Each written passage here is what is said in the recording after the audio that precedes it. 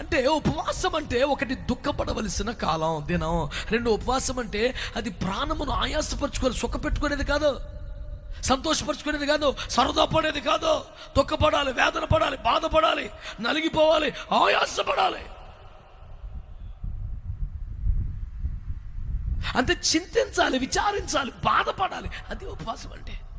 చిద్విలాసంగా కూర్చోవటం, ఫేస్బుక్లు చూసుకోవటం, యూట్యూబ్లు చూసుకోవటం, వచ్చిపోయి పలకరించడం, కబుర్లు ఆడటం, ఆర్ఆర్గా గ్లూకోన్ డి వేసుకోవటం, ఎన్ని ఉపవాసాలు కాదు. నీ శరీర బలహీనతను బట్టి పరిమితంగా ఉపవాసం ఉండి, ఒకవేళ ఆరోగ్యం లేకపోతే, ఆరోగ్యం ఉంటే తినో, లేకపోతే ఉపవాసం ఉండవు. కరిగించుకోవాల్సి ఉంటే ఫాస్టింగ్ ఉంటే ఇబ్బంది ఏమీ లేదు. కానీ ఉపవాసం ఉంటే అసలు దాని అర్థం అన్నం మానుట అని కాదు. దేవునికి ఇష్టం లేని విషయములపై నీకు ఒక దుఃఖము రావాలి. ఆమేన్, ఆమేన్.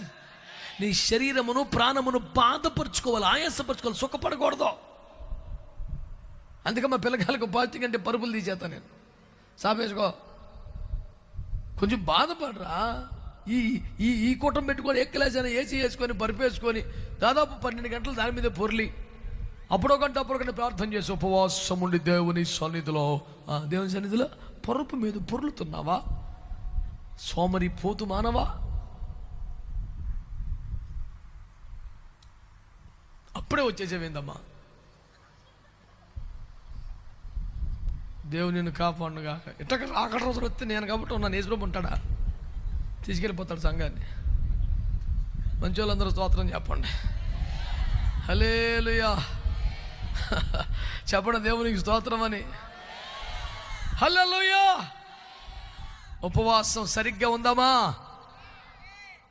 దేవునికి ఇష్టము లేని ప్రతి విషయము కొరకు దుఃఖపడటమే నిజమైన ఉపవాసం.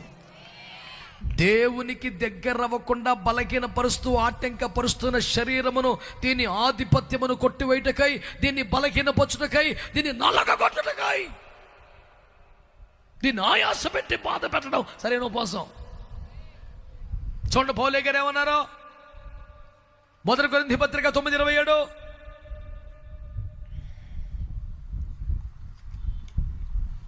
గాలిని కొట్టినట్టు నేను పోట్లాడుట లేదు గాని, ఒకవేళ ఇతరులకు ప్రకటించిన తర్వాత నేనే భ్రష్టుడనైపోదునేమో అని, భ్రష్టత్వము నుండి కాపాడబడుట కోసం నా శరీరమును నలగొట్టి దాన్ని లోపరుచుకొనుచున్నాను. గట్టిగా ఆమేన్ అని చెప్పండి ఒక్కసారి.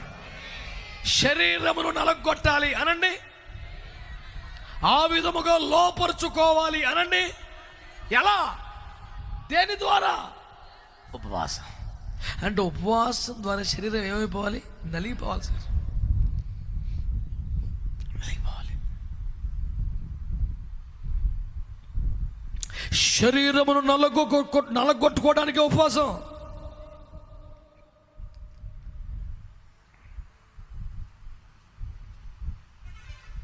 ఎందుకు నలగొట్టుకోవాలి అసలు? శరీరం యొక్క ఆధిపత్యము కొట్టబడాలని, శరీర కార్యాలు నశించిపోవాలని, శరీరము కన్నా ఆత్మ బలముగా ఉండాలని, ఆత్మతో పోల్చే శరీరం యొక్క ఆధిపత్యము, బలము, ప్రభావం తగ్గాలని, అందుకనకే ఆత్మను బలపరచుటకై, శరీరమును నల్లగా కొట్టుటకై ఉపవాసాలు చేయాలని వాక్యం ద్వారా మనం మాట్లాడుకుంటున్నాం. మరి అయితే ఎందుకు నలగొట్టాలి అసలు?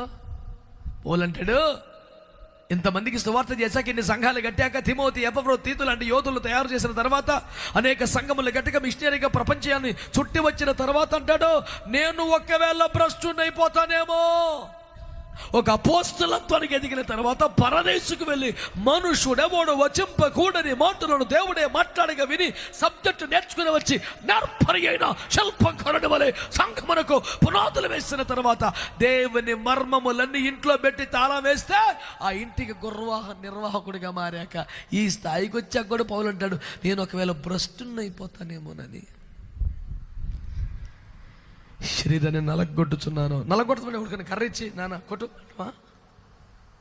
అంటే కర్ర పెట్టి బాత్తాడు, శరీరం నలుగుద్దా, ఇంకా బండోడైపోతాడు, ముండోడైపోతాడు, బండబారిపోద్ది. నేను బుట్టాయిగూడలో సేవ చేసే కాలంలో మా ఇంటి ముందు ఒక కురగాడు ఉండేవాడు. ఇటు తిప్పేసేవాడు కండ్లన్నీ. మామూలుగా పరిగెత్తలేక చేస్తుంటే గ్రౌండ్ చుట్టూ ఒక సైకిల్ పైకి ఎత్తుకొని అటు పట్టుకొని గ్రౌండ్ 10 రౌండ్లు వేసేవాడు. ఒకరోజు అందరూ రెచ్చగొడితే కుట్టు మిషన్ పైకి ఎత్తేసి దాన్ని బట్టుకు పరిగెత్తే గ్రౌండ్ అంతా. అడిగి కసరత్తులు పిచ్చి, 6 పచ్చిగుడ్లు తాగుతాడు, 1 లీటర్ పాలు తాగుతాడు. ఇక్కడ పందెం కోడి పుంజు పనిచేస్తాడు మేపుకి. విపరీతమైన సరుకు అంతా కడుపులేసి దాన్ని కరిగింతాకి కొవ్వు రూపంలో బయటికి తేస్తానికి కసరత్తులు చేస్తుంటాడు. ఇందులో సూపర్ ట్విస్ట్ ఏంటంటే పరిగెత్తి కసరత్తులు 1 గంట సేపు చెమటలు, స్నానం చేస్తే నీళ్లు కారినంతగా చెమటలు పడతాయి.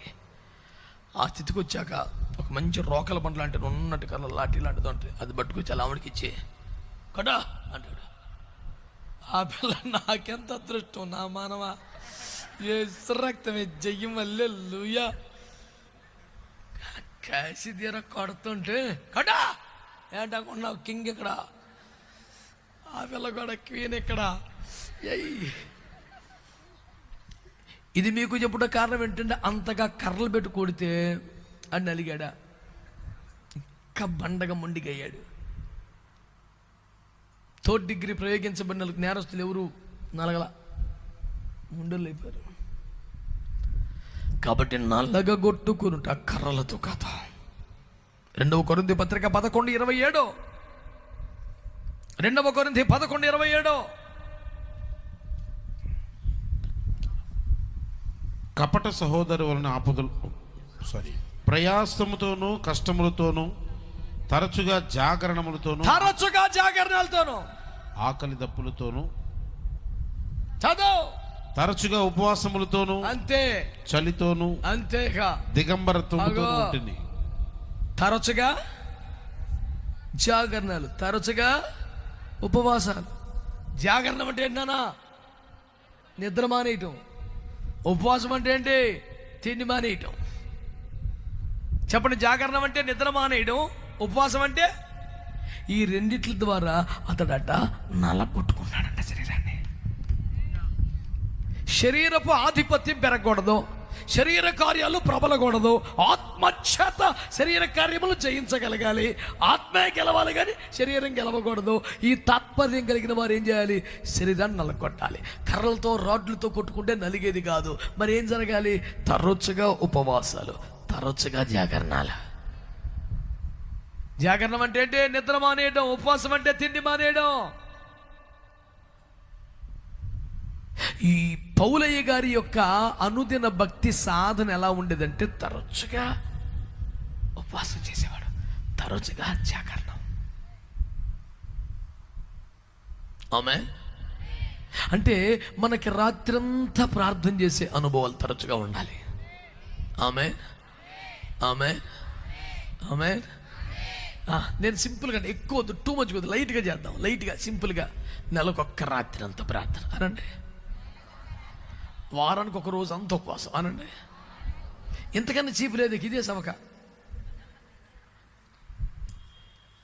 ఇంతకన్నా సింపుల్ లేదు, ఇదే లీస్ట్. వారానికి ఒక్క రోజు ఉపవాసం అనండి. ఒక రాత్రి అంతా. ఆమె ప్రాక్టీస్ చేద్దామా? ఇలాగా ఆల్రెడీ ఆ రేంజ్లో ఉన్నాం అనుకో, కొంచెం డోసు పెంచు. ఆమేన్, హల్లెలూయా.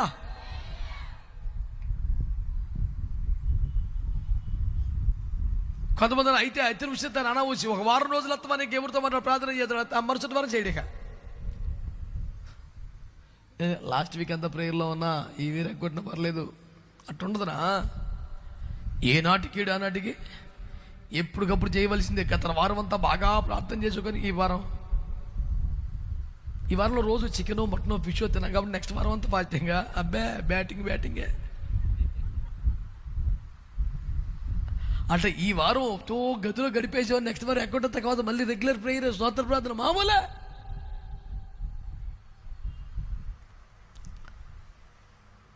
మినిమం వారానికి ఒక రోజు ఉపవాసం, నెలలో ఒక రాత్రి అంతా మెలకువగలిగి ప్రార్థన. ఎంతమంది ఆమె చెప్పగలరు సార్? దీనివల్ల ఏం జరుగుద్దంట? శరీరమును నలగొట్టి దాన్ని లోపరుచుకోగలవు. దానివల్ల ప్రయోజనం ఏంటి? భ్రష్టత్వము రాదు.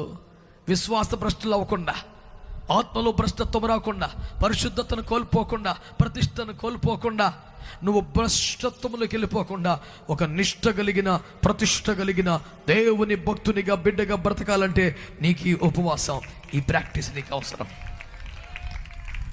ఇప్పుడు ఇంతసేపు నేను చెప్తున్న దుఃఖపడినప్పుడు కానీ, ఈ నలగొట్టినప్పుడు కానీ చెప్తున్న టార్గెట్ సమస్యలపై విజయం, అప్పులు తీరుతాయి, గొప్పలు పెరుగుతాయి, డబ్బులు వస్తాయి, అది లేదు ఇక్కడ చెప్పేది. అది పాపం తొలగిపోయి దేవునికి దగ్గర అవుతావు. శరీరము నలిగి ఆత్మ విజయం సాధిస్తుంది. అది అసలు ఉపవాసం టార్గెట్. నీ కొంపక మీద కీడొచ్చేటప్పుడు ఉపవాసం. రాత్రి ఎందుకు ప్రభు చూపించాడండి, అంత చీకటిగా ఉందండి, రాత్రులు కదా అలాగే ఉంటుంది.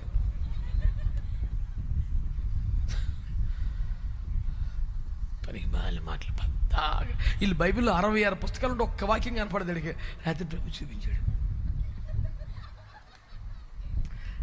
అనయా. నేను ఒక రోడ్డు పక్కన ఉన్నాను, కరెక్ట్గా చూపించాడరా నీకు. నువ్వు రోడ్డు పక్కన చచ్చావరా, ముందు సత్తు గల సంఘంలో తోటలోకి రా, పనికి మళ్ళీ దర్శనాలు చూచాలా అవరా ముందా. నేను ఒక రోడ్డు పక్కన ఉన్నాను, ఎంతకాలం ఉంటావరా అక్కడ, పనికి మళ్ళీ లోపల.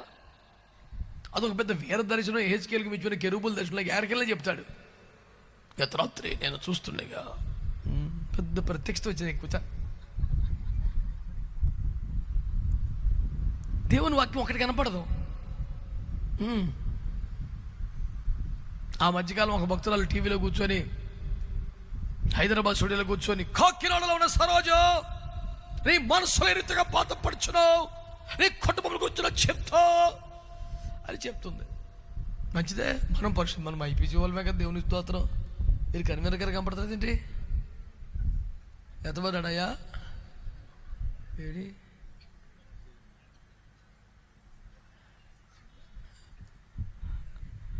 కంకిపాడు ఐపీసీ సంగమా ఏనా నాకు కనపడతలేదు అయ్యా. ఎంతమందికి వెలుగులు చూపించి నువ్వు చీకట్లో ఉంటావేంటి అసలు, నువ్వు రా తండ్రి. అసలు నన్ను వదిలిపెట్టి వెళ్తాక నీకు మనచెట్టు వచ్చింది, నీకోసం వచ్చానుగా, దేవుని స్తోత్రం. అటు సాగి నంపారా అమ్మని, దేవునికి స్తోత్రం చెప్పండి. ఆఖరి రాత్రి కన్వీనర్ల కష్టాలు అలాగే ఉంటాయి, అందరినీ సాగనం పొద్దు. ఒక్కొక్కడు కేకెత్తుంటాడు చీకట్లు, అయ్యారు మరి ఏంటి మన సంగతి. మనం ఎప్పుడు ఎంత కూటం పెట్టినా పాదే పాదే అవతలానికి అక్కడ రేవ్ అయిపోతుంటుంది. దేవుని కొంచెం సేవకులను చూసుకుంటారా బాబు, పూర్వకి పిల్లగాళ్ళు. స్తోత్రం, హల్లెలూయా హల్లెలూయా. ఒక బైబిల్ అయితే బ్యాగ్ ఎంత లాభం ఎందుకు ఉంటుంది. ఈ రాత్రి అని కష్టాలన్నీ బోల్డ్ ఉన్నాయి. స్తోత్రం చెప్పండి, హల్లెలూయా. మీకు అర్థమైంది ఉపవాసం ఎందుకో. ఏదో కష్టం వస్తే బాధ అప్పుడు ఏడు చేసి, ప్రభా తండ్రి మరి కీడు ఎందుకు చూపించావా నాయన, మరి ఎందుకో ప్రభా. ఏమి లేదురా, కొంచెం నాన్ స్టాప్గా తింటున్నావు కదా, ఓ 2 రోజులు ఉపవాసం ఉంటావని, అంతకని ఏమి లేదు. మంచి వాళ్ళందరూ రామేనానండి. దేవునికి స్తోత్రం కలుగునగాక. మీకు అర్థమైందా ఉపవాసాల గురి, టార్గెట్ బైబిల్లో ఎందుకో మీకు అర్థమవుతుందా. ఆయా సమస్యలు, కష్టాలు, బాధలు వచ్చినప్పుడు ఉపవాస ప్రార్థనలు జయం పొందడం బైబిల్లో ఉంది, మనం కూడా చేస్తున్నాం. అంతకని దిక్కులేనప్పుడు ఇంక చేసేది ఏముంది కనుక అన్నట్టుగా సాగుతుంది బండి. కానీ అసలు ఒరిజినల్గా ఉపవాసాల అర్థం ఏంటి? శరీరపు ఆధిపత్యం తగ్గించి లోకానికి దూరమై దేవునికి దగ్గరై ఆత్మను గెలిపించుటకు నువ్వు అనుదిన భక్తిలో చేసే సాధన ఒరిజినల్ ఉపవాసం అంటే. అసలు దాని టార్గెట్ అది. మరి బైబిల్ గ్రంథంలో మొట్టమొదటి ఉపవాసం ఎవరు చేశారు? Bible quiz. Prize goes to quiz master జెఫనీ శాస్త్రి. భలే పిల్లలు రా నాయన. ఏదో ఉపవాసం ఉన్నాడా? ఇది కూడా రాత్రి చూపించాడు దేవుడు. బైబిల్ గ్రంథములో మొదటి ఉపవాసం చేసింది బలవంతంగా దేవుని చేత చేయించాడు, దేవుడు చేయించాడు మనిషి చేత. ఆ వ్యక్తి పేరు మోషే గారు. మోషే గారి కన్నా ముందు ఉపవాసాలు ఎవరు చేయలా. మోషే గారు కూడా ఉపవాసం అంటే ఏంటి యేసు బలవంతంగా నేర్పించాడు తీసుకెళ్ళి. అవన్నీ చదివి చెప్పడానికి టైం లేదు, ఎలాగో రేపు కూడా కూటం ఉంది కదా, ఇదే చివరి రాత్రి అనే ఫీలింగ్ ఏమైనా కొత్త లేదు. దేవునికి స్తోత్రం. కనుక శ్రద్ధగా దేవుని మాటలు వినండి. హల్లెలూయా. ప్రభునందు మిక్కిలి ప్రియమైన దేవుని బిడ్డలారా, ఆలకించండి ఈ మాట.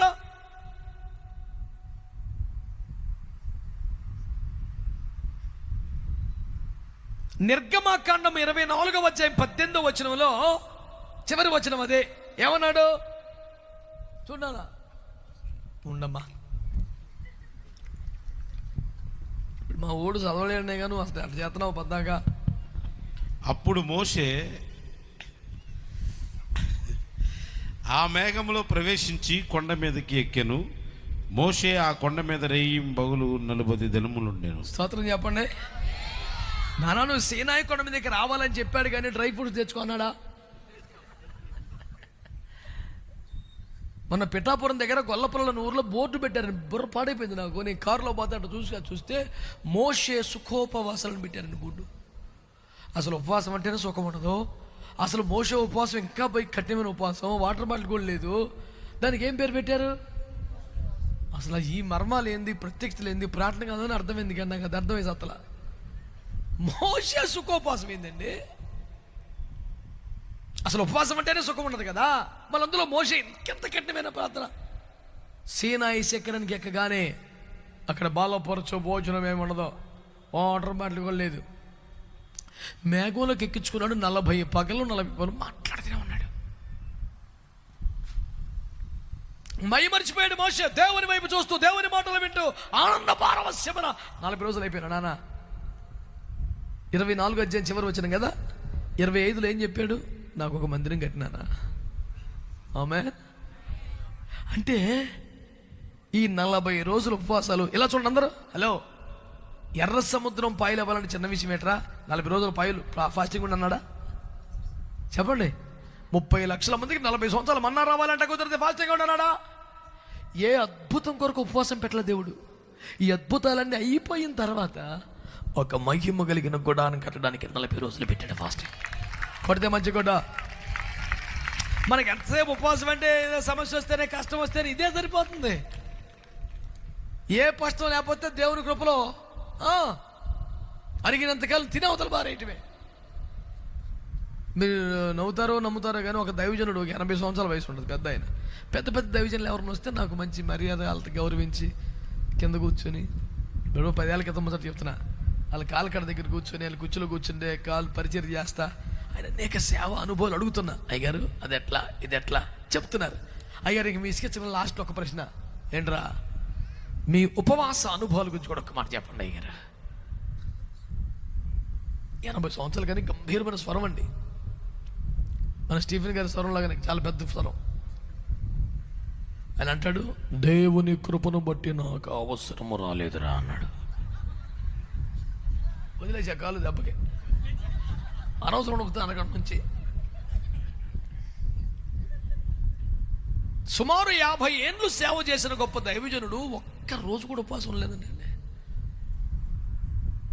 ఎంత మంచి ఇంజిన్ ఇచ్చే మట్టికి అదే పనా?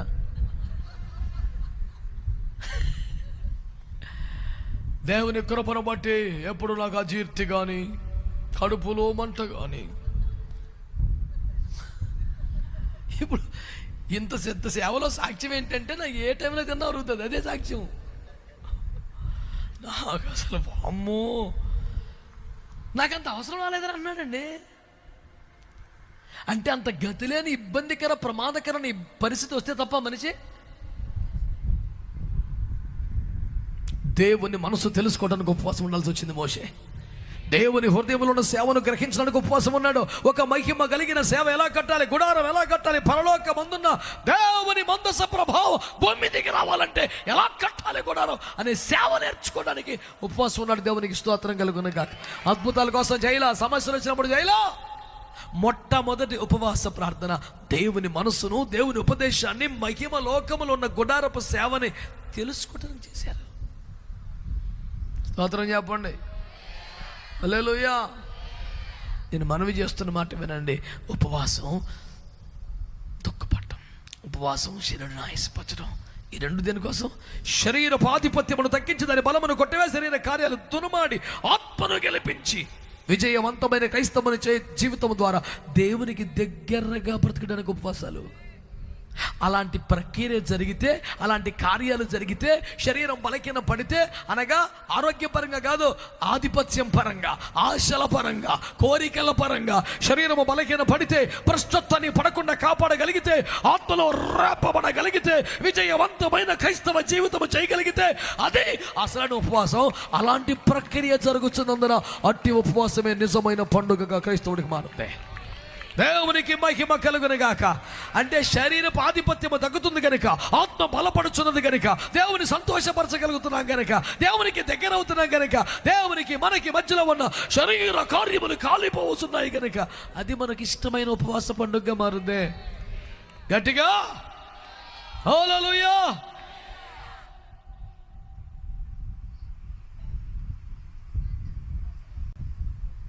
ఉపవాసముకు ఉద్దేశం గమనించాలి. మరి యేసు ప్రభువు ఎందుకు చేశారు ఉపవాసాలు? లూకా సువార్త 4వ అధ్యాయం, లూకా 4:1-2.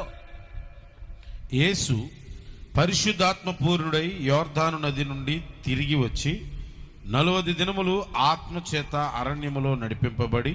ఆత్మను పొందానండి, అన్ని భాషలు మాట్లాడుతున్నానండి, కదులుతున్నాను బాగా. నిజముగా నువ్వు పొందింది పరిశుద్ధాత్మ అయితే, నువ్వు ఆత్మతో నింపబడితే, ఆత్మతో నడిపించబడుతున్న వాడైతే, ఆత్మ నిన్ను బిర్యానీ వైపు కాదు, గంగూరు పాకలకు కాదు, హలో, ఎటు నడిపించింది? నిన్ను ఎటు నడిపించింది? దేవుని ఆత్మ. మార్కు 1:12 దేవుని ఆత్మ అరణ్యములకు త్రోసుకొని పోయాను. ఈ జనాలు ఈ తిండి కూడా మనకు వద్దునా, పదా అది తీసుకెళ్ళిపోయింది లోపలికి, అడవిలో పట్టుకెళ్ళిపోయింది. అక్కడ ఏం జరిగిందిట? 12:13 చదువు. అందుకు యేసు, నీ దేవుడైన ప్రభువును శోధింపవలదని చెప్పబడినదని వానికి ప్రత్యుత్తరం ఇచ్చాను. ఇంకా అపవాది ప్రతి శోధనను ముగించి, అపవాది ఈ రకంగా ప్రతి శోధనను ముగించి కొంతకాలము ఆయనను విడిచిపోయాను. అప్పుడు యేసు ఆత్మ బలముతో గలిలయకు తిరిగి వెళ్ళెను. స్తోత్రం చెప్పండి గట్టిగా. అరణ్యంలోనికి వెళ్ళి శోధింపబడి ప్రతి శోధనను అలిసిపోయాడికి ముగించాడట. నా వల్ల కాదు బాబు, ఏది పెట్టినా పాసైపోతాను గట్రా నాయన అని వాడు ముగించి వెళ్ళిపోతే, ఆయన ఆత్మ బలము కలిగిన వాడై మళ్ళీ సేవలు అడుగుపెట్టాడు. దేవునికి స్తోత్రం కలుగునగాక. మారు మనసు పొందిన వాడివైతే, బాప్తిస్మాన్ని పొందిన వాడివైతే, ఆత్మచేత నింపబడ్డవాడివైతే, ఆత్మచేత నడిపించబడుతున్నదే, జనాలకు దూరంగా, తిండికి దూరంగా, ఉపవాసాలలో, జాగరణలో, ప్రతి శోధనలో జయము పొంది నూతన ఆత్మ బలము కలిగిన వాడివై దేవుని కొరకు బయటికి రావాలి. ఆమేన్. ఎందుకు ఉపవాసం? ఆత్మ బలమును పొందడానికే. ఎందుకు ఉపవాసం? జయ జీవితాన్ని పొందడానికే. ఎందుకు ఉపవాసం? ప్రతి శోధనపై జయము పొందడానికే. ఈ కూడా అప్పులు, డప్పులు, తిప్పలు, పెళ్ళిళ్ళు ఈ కాదు. పరిశుద్ధ జీవితం, ఆత్మీయ జీవితం గురించి మాట్లాడుతుంది.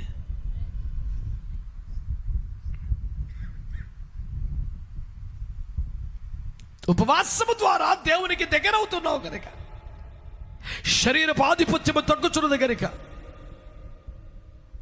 ఆత్మ సంబంధిగా మారుచున్నావు గనక, శోధనలపై జయం పొంది, ఆత్మలో బలము పొంది, వేర విజయముతో ముందుకు సాగుతున్నావు గనక, ఉపవాసం అనేది సంతోషాన్ని, ఆనందాన్ని పుట్టించే పండుగగా మారిపోయింది. ప్రజలారా, దేవుని బిడ్డలారా, ఏదో సుదీర్ఘంగా హోల్ నైట్ ప్రేయర్ లాగా నడపాలన్న ఉద్దేశం కాదు. కానీ ఒక మాట మీ మనస్సులో పెట్టుకోండి. పూట కష్టములు వస్తే, బాధలు వస్తే, శ్రమలు వస్తే ఉపవాసం ఉండి విడుదల పొందొద్దని నేను అనడం లేదు, దానికి వ్యతిరేకంగా నేను చెప్పడం లేదు. కానీ అసలు విషయం అది కాదు. దానికంటే ముందున్న విషయం, దానికంటే గొప్ప సంగతి, ఎర్ర సముద్రం కొరకు, పోషణ కొరకు, సమస్యల కొరకు మోషేతో ఉపవాసం చేయించలేదు. దేవుని ఉద్దేశము, దేవుని సంకల్పము, దేవుని ఏర్పాటు గ్రహించడం కొరకు, గుడారపు సేవ తెలుసుకోవడం కోసం, పరలోకములో ఎలాగో భూమి మీద అలాగే సేవ జరిగించడం కోసం, ప్రతి శోధన జయించడానికి, to overcome every temptation. He was in fasting praise అని వాక్యం తెలియజేస్తుంది. కాబట్టి క్రైస్తవులకట, దేవుని ప్రజలకట సంతోషమును ఉత్సాహమును పుట్టించు పండుగ ఏంటి? ఆమేన్, హల్లెలూయా. ఉల్లిపాయల రేటు పెరిగిపోయింది, అటుండిపోయింది ఒక తల్లి. ఏమంట ఉల్లిపాయలు లేకుండా అసలు తాలింపు కానీ అన్నిటికీ ఉల్లిపాయలేకయ్యా. నేను అన్నాను, ఫోన్లో ఈ వారానికి ఉపవాసం బాగా అని చెప్తున్నాం. వారం అంతా ఉపవాసం ఉండాలా? శనివారం పూట కూడా రాత్రి ఒక పూటే అది కూడా టిఫిన్ చేస్తాం మేము. మరి ఇంకేంది ఉపవాసం? శనివారం కూడా ఒక పూట అంటే అది కూడా టిఫిన్ చేస్తారంట. ఒకవేళ దండం పెట్టవలసి వస్తే నీ జీర్ణ వ్యవస్థను చూడు, పుట్టింది మొదలుకొని నాన్ స్టాప్గా పనిచేస్తుంది ప్రయాసపడి. దానికి నోరు ఉంటే నిన్ను మామూలుగా తిట్టదు. అన్ని అవయవాలు రెస్ట్ చేస్తున్నావు, ఒక్కదాన్ని సాగుకొడుతున్నావు సైతనా. నీకు న్యాయమా, ఇది ధర్మమా అని మొరపెట్టకపోనా? ఇందు మూలముగా నా ముగింపు మాటలు ఒకటే, సమస్యలు వస్తే కష్టములు వస్తే ఉపవాస ప్రార్థన చేసి బయటపడి అమ్మయ్యా దేవుని దేవలా గట్టెక్కామని చెప్పేసి మళ్ళీ బిర్యానీ తినేస్తాం కాదు. ఈ సమస్యలు శోధనలు శరీరంలో భూమి మీద ఉన్నంతకాలం ఏటు ఉంటాయి. అసలు అది సబ్జెక్ట్ అది కాదు. నీకు నీ దేవునికి మధ్యలో దూరం తగ్గాలి, నువ్వు దేవునికి దగ్గర అయిపోవాలి. ఆమేన్ గట్టిగా హల్లెలూయా. అందుకొరకే ఒక ఆత్మ సంబంధమైన దుఃఖము నీకు కలగాలి, నీకు ఒక వైరాగ్యము నీలో రావాలి, దైవ చిత్తానుసరణ దుఃఖము కలగాలి. ఓ హల్లెలూయా, హల్లెలూయా. నువ్వు పరిశుద్ధపరచబడాలి, శరీరపు ఆధిపత్యము తగ్గిపోవాలి, ఆత్మయే ఏలుబడి చేస్తూ జయ జీవితమును కొనసాగించగలగాలి. దేవుని మనసులో ఉన్న ఉపదేశాన్ని, మహిమ కలిగిన సేవలు నేర్చుకోవాలి, ప్రతి శోధని జయించి జయ జీవితాన్ని సంపాదించాలి.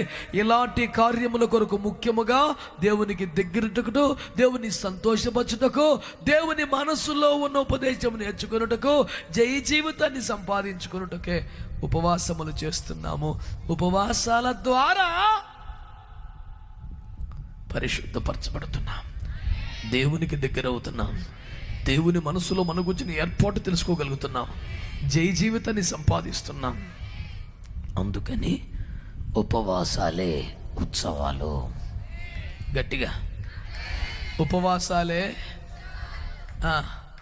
మళ్ళీ ఉపవాసాలే. పస్కా ఉంది, ప్రథమ ఫలాలు ఉంది, పెందుకొస్తుంది, పండగలు ఉన్నాయి. కానీ సంతోషమును ఉత్సాహమును పుట్టించు మనోహరములైన పండగలు ఏంటంటే ఉపవాసాలే. కిస్మిసులు చేసుకునేవ్వండి, ఏస్టర్లు చేసుకోనివ్వండి, సమాధులు ముగ్గు పుట్ట పేడతట్ట చీపిరి కట్ట పట్టుకెళ్ళి సమాధులు అల్లుకొనివ్వండి.